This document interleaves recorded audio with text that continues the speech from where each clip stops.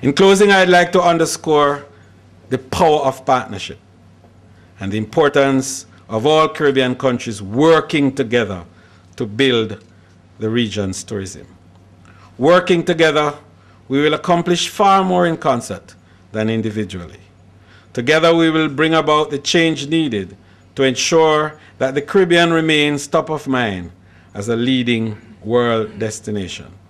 And together, we will forge a viable and sustainable future for our tourism and for our Caribbean people.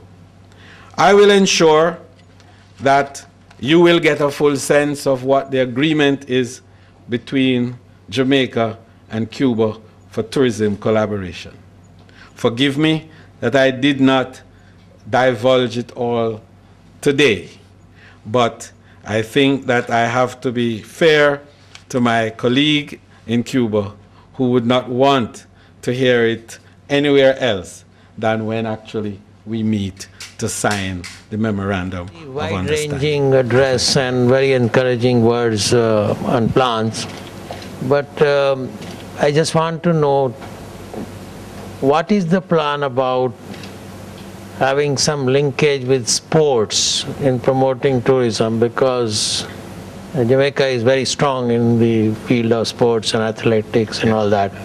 And secondly, there is already a lot of concern about the congestion and the inadequacy of infrastructure in most places in Jamaica and of environment. I am told that I shouldn't go and have anything to do with any beach in Jamaica if I want to protect myself. The water is all polluted. I used to therefore go to Dunn's River Fall, but somebody told me that is also not advisable. Now, I don't know if you have felt the congestion and the lack of infrastructure, because everywhere you go to Montego Bay or Chorios, they don't look like beautiful tourist towns. They look like some congested cities, places.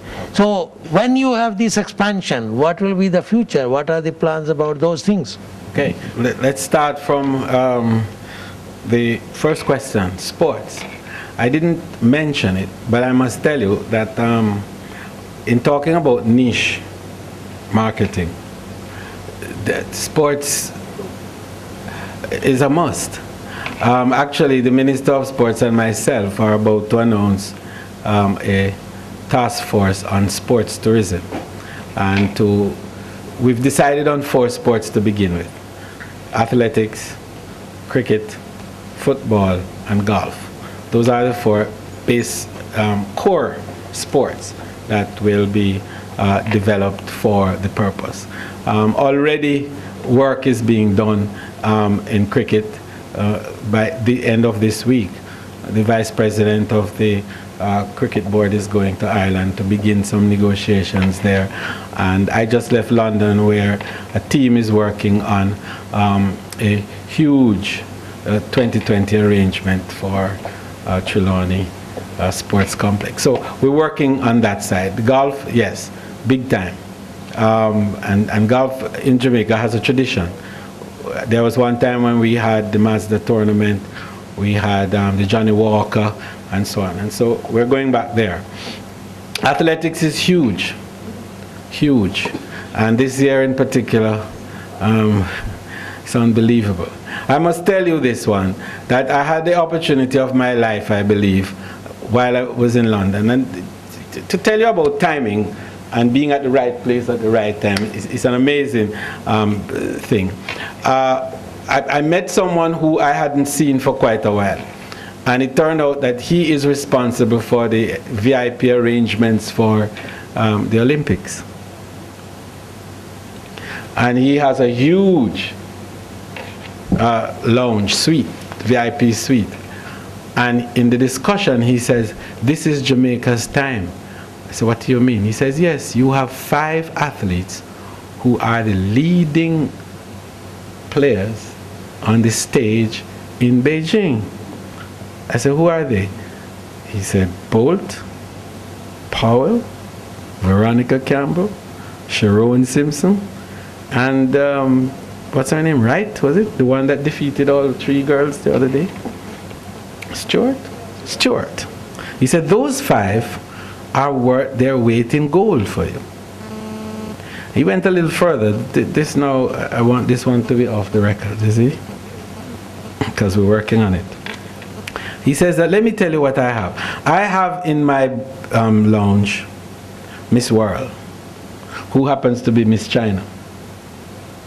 And I've contracted her for a figure which I will not divulge.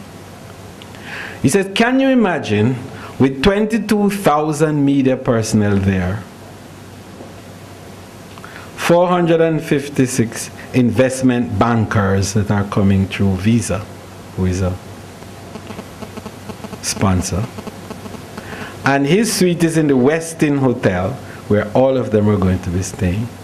Can you imagine if there is a Jamaica banner, a Jamaica backdrop, and these athletes are there with Miss World and all these people, zooming into 4 billion people across the world?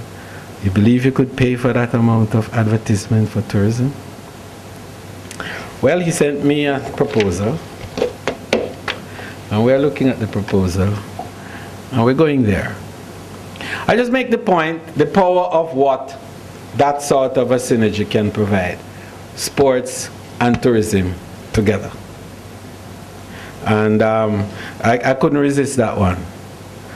So I just want you to know that yes, the answer is an unqualified yes.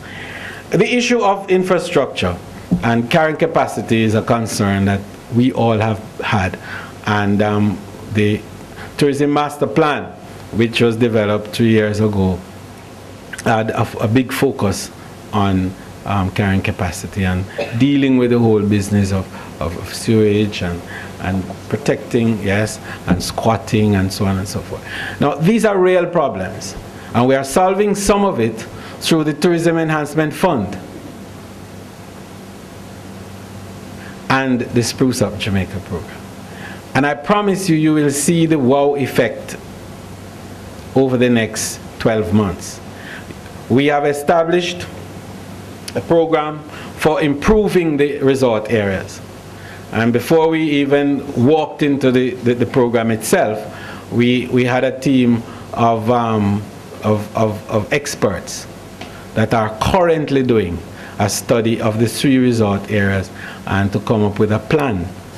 And it's the first time that the resort areas would be planned. And we determine what should go where and how each area within the resort community should look.